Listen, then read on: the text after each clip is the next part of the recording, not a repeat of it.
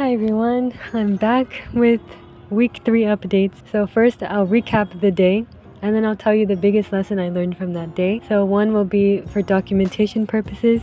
The other will be something you can actually take away from the video because I don't want to bore you. So let's get started. On Sunday, I met my aunt who has been giving me so many privileges, such as when I arrived here, my agent helped me skip all the lines and just get through it all faster, whereas I would have had to wait like 2 hours any other time. And the only reason I had that privilege was because of my aunt, who is an IAS officer, I found out that day. Basically, the movie I told you guys about a while ago, 12th Fail, it's about becoming an IPS officer. And I gained so much respect for people who study for those exams and they take it year after year, even it's like utmost determination and persistence.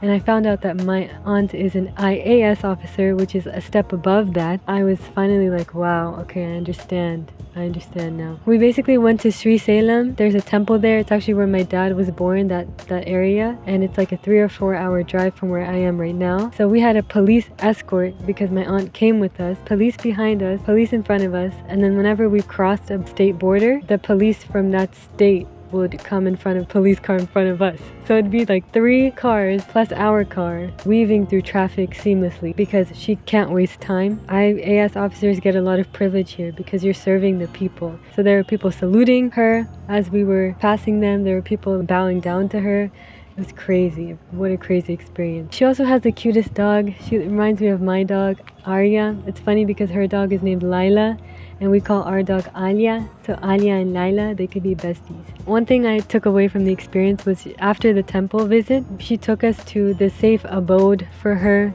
It's like a bunch of rocks, wildlife, and a lake, and then the moon shining down.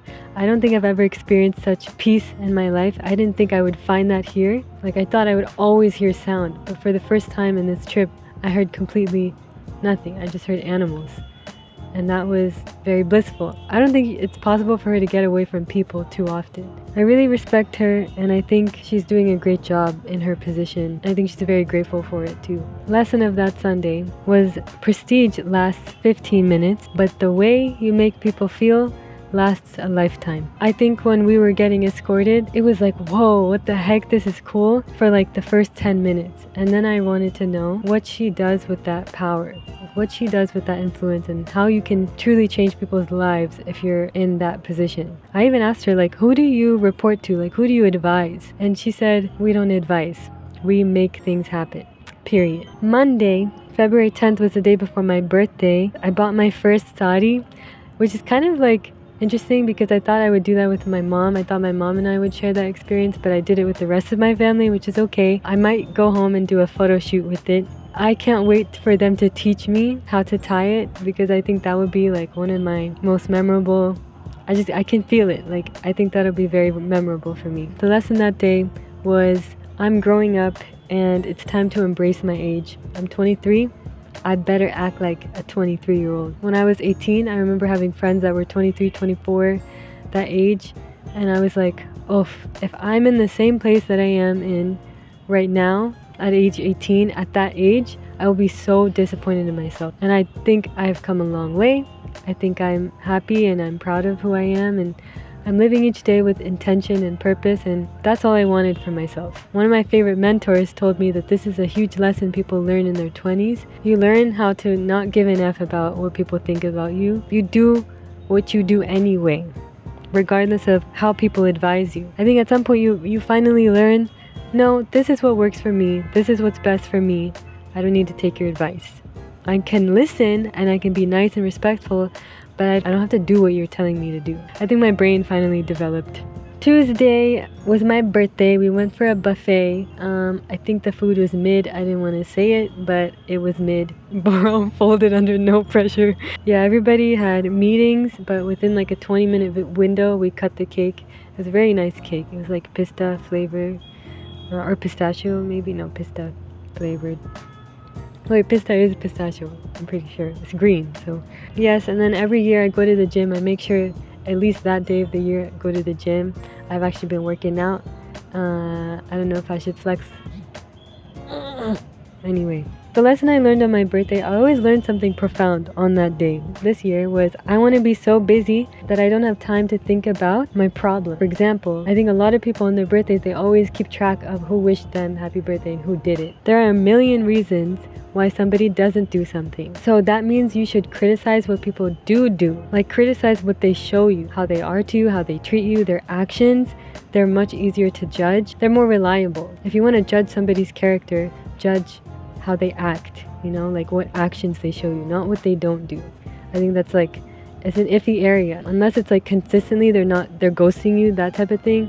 That's different, okay? Wednesday, February 12th, I went shopping. I realized my family only likes to do one thing per day, like one event per day. So it's hard because if I want to stay so busy, I have so much time not doing stuff. So that doesn't really help my case. 5 onwards, the day's over. The day finishes so early because it's really hot outside and people don't want to get sunburned. They don't want you to get heat stroke. And it sucks because you can feel totally fine, but they keep telling you that, no, you won't feel it. Like it just comes one day and then you like suffer or you get sick. I've been fighting my family a lot, like let's do this. But they're always like, no, you gotta stay calm, rest. Oh my god, so many people telling me to rest. I don't want to rest. I kind of learned to embrace that because I started making my own plans where I have to get out of the house. For example, I asked to shadow, and we'll get into that. But the lesson of Wednesday was I want to use up every day when I get back to the States, have timers and stopwatches everywhere. I want those days where you do something incredibly hard in the morning and then you do something incredibly hard in the evening. And then you just feel so fulfilled and so tired that you fall asleep at the dinner table and then you like make your way into bed and you just sleep for 9 hours. Like that is the dream. And don't judge me because I don't judge you for scrolling for 2 hours in bed before you sleep. So if this is my form of enjoyment, then nobody can judge me. I'm embracing it and it's opening a lot of doors to criticism, right? Just being yourself. Sometimes people put you in boxes because it makes more sense for them to categorize you, but it doesn't mean you have to fit that box. Once you aren't understood, nobody questions you anymore. I'm trying to make more decisions that are purely from how I want to do things. It's opened a lot of doors for people telling me, you should do this, you should do that. And I can listen, but it just goes out the other ear, Thursday, February 13th, I stayed home, I worked on a portfolio. One thing I will say, I'll be very vague about it, but I got this opportunity just because I sent a text that I didn't plan to send this text or anything. I've been trying to take more shots, even if they're silly shots, because one of them will land and somebody will believe in me and somebody will use their network to help me out. You're gonna be more successful having taken any shots than doing nothing at all. You're just more likely to succeed the more shots you take. I also bench pressed for the first time. I've been learning. Yeah, my form is really bad. I think I broke my back for like 2 days after that. Friday, I shadowed the emergency department. That was insane. I don't know if I'll do emergency medicine in the future. It's just a bunch of suffering that you see. You see people in their most vulnerable state, like they just broke their arm. You just see people in agony and suffering, and it's very hard to watch. Other than that, I loved it. Also, the first week I came here, I felt like it was really hard to speak Telugu. And I think nowadays it's becoming easier and I'm like making complex sentences in my head before I say them out loud. So that's very exciting to me. Okay, the lesson of that day, shadowing day, I have 2. The first one is eat breakfast. Don't skip breakfast, especially if you're doing something mentally challenging. Your brain's source of energy comes from glucose. Glucose comes from food. So if you don't eat anything and you're using up all of your glucose, you'll get dizzy. So I did that in the ER, and it's like I learned my lesson. Like you can't help anybody if you don't help yourself. The second one is just be careful, guys. Like it's so easy to get hurt, and maybe learn how to catch a fall. And then today, Saturday, we went to 2 other temples. I'm not gonna lie, I think these are the best temples I've ever seen in my entire life. Like if I designed a temple, I would try to make it look like this. We went to the Narasimha temple, which they didn't allow phones, unfortunately, because that was beautiful. They didn't allow for the Sri Venkateshwara Swami temple either, but I tried to sneak some pictures before I went into the actual temple part. Oh my god, like my future house will be based on these 2 temples. I'm calling it right now. They're beautiful, like architecturally, the details, the designs, the patterns, just insane. It's like everything I imagined a temple to be, this was like, oh, I'll try to put up pictures. I saw some monkeys. That was very nice. I actually fed some. That was so fun. My last lesson of this week from today was don't be attached to anything. My nephew shaved his head. That's something a lot of kids do. I think I did it too at one point, because maybe I'll put the reason up here because I don't want to be wrong. Yeah, don't be attached to anything. One thing I've been trying to think about is assume that everything will leave you at some point, which it will. But anything can be taken from you at any point. Also, Jaden Smith, I really like him, and I think he's misunderstood, and I feel like I understand him. But one of my favorite lyrics from him is "Diamonds don't shine in the dark." I think that lyric speaks for itself.